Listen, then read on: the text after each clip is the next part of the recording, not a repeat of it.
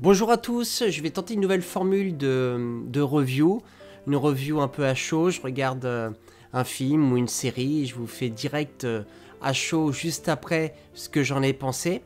Je vais m'attaquer tout d'abord pour commencer ça sur Dota, Dragon's Blood, sur Netflix. Dota Dragon's Blood est l'histoire de Davion, célèbre chevalier dragon, déterminé à débarrasser le monde du fléau qui le mine. Après avoir croisé la route d'un légendaire Eldmoum, à la puissance démesurée, et de la noble princesse Mirana, partie seule en mission secrète, Davion se retrouve impliqué dans une série d'événements dont il n'aurait jamais imaginé l'ampleur. Alors pour l'instant je n'ai vu que l'épisode 1, donc je voulais vous faire d'abord une review que sur cet épisode-là, pour vous dire ce que j'en ai pensé et un petit peu les qualités et les défauts pour moi. Déjà, la première chose que je voudrais dire, c'est que je trouve que le design des personnages, c'est magnifique. Il y a vraiment des idées de plans, d'esthétisme, comme le jeu de miroir au tout début. Enfin, il y a vraiment des idées d'esthétisme vraiment de très haute qualité.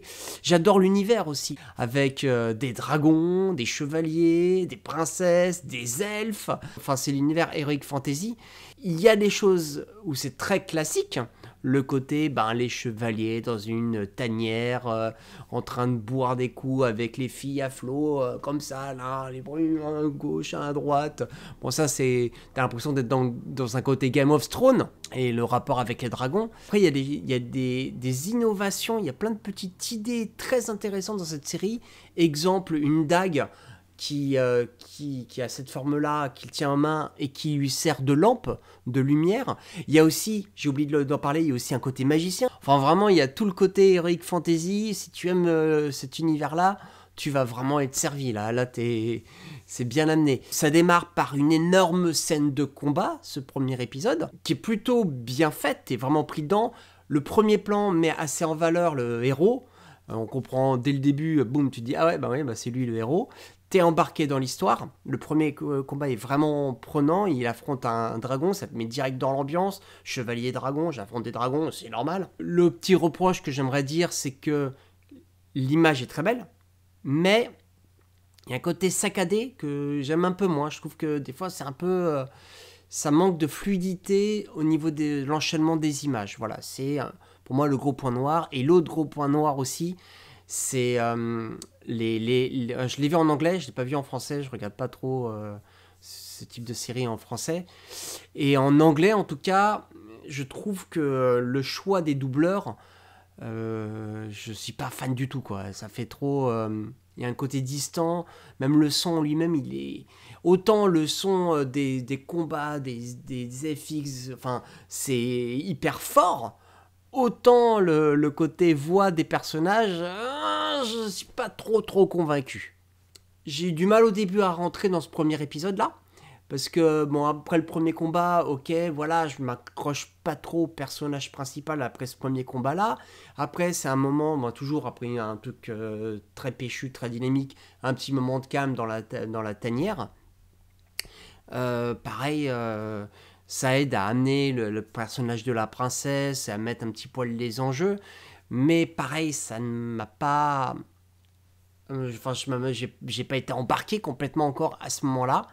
C'est vraiment la dernière partie de ce premier épisode-là, où là, à la fin de l'épisode, je me suis dit, ok, est-ce que j'ai envie de voir la suite ? Oui. Alors tant mieux parce qu'il n'y a que 8 épisodes, ils font que 25 minutes, donc si au premier épisode j'ai pas trop envie de voir ce qui va se passer après, c'est pas bon signe. Là pour le coup je suis arrivé à la fin de l'épisode, j'ai fait ok, oui j'ai envie de voir la suite. Parce que cette fin d'épisode, du coup le personnage devient touchant, il y a énormément de rebondissements, on commence à sentir les enjeux et les lignes qui commence à se distinguer, alors que moi toute la première partie, on va dire jusqu'à 15 minutes, donc il reste plus de 10 minutes, vu que ça fait 25 minutes, 27 je crois, je savais pas trop où ça allait, ça me mettait en place l'univers, mais je savais pas trop où ça allait, et c'est vraiment ces 10 dernières minutes où j'ai fait, ok, voilà, ça me parle. J'ai adoré cette fin à rebondissement. On croit que l'ennemi principal, c'est les dragons, puis après tu as ce sorte de démon qui prend possession d'un être humain, tu sens que du coup qu'il y a 3 clans qui s'opposent, et ça se termine à l'attaque des titans, où tu as le héros principal qui, en voulant trancher la tête du dragon, c'est sa tête à lui qui se tranche. Donc je pense qu'il y a un pacte qui est dans cet univers-là, où, ce que j'imagine, pour l'épisode 2, peut-être que je me plante complètement, hein, je ne l'ai pas encore vu, mais qu'il va devenir lui-même un homme dragon, c'est-à-dire il pourra avoir la possibilité de se transformer en dragon, j'imagine ça comme ça. J'aime le méchant en tout cas, avec ce côté vert qui prend possession du coup de l'être humain, puis après du dragon mort. On sent qu'il est très puissant, surtout qu'il arrive à affronter le dragon rouge qui est censé être un dragon très très fort, et à le battre. J'ai adoré aussi, même s'il meurt, ce dragon rouge. D'ailleurs, je me demande si dans l'épisode 2, en fait, c'est pas comme si ils se lient l'un à l'autre et qu'en fait, il va se transformer dans ce dragon rouge et ils vont communiquer ensemble. Je sais pas vers quoi on va, mais en tout cas, ce qui est sûr, c'est qu'il n'est pas mort, le héros. Contrairement à l'Attaque des Titans où on pensait vraiment qu'il était mort, je pense qu'il n'est pas mort parce que, à la fin, la princesse dit il va bientôt se réveiller. Quand il va se réveiller, il sera différent ou je sais pas quoi. Donc, à mon avis, il n'est pas mort. À voir. Ah, j'ai oublié de parler d'un truc très important, c'est une série ultra méga sanglante.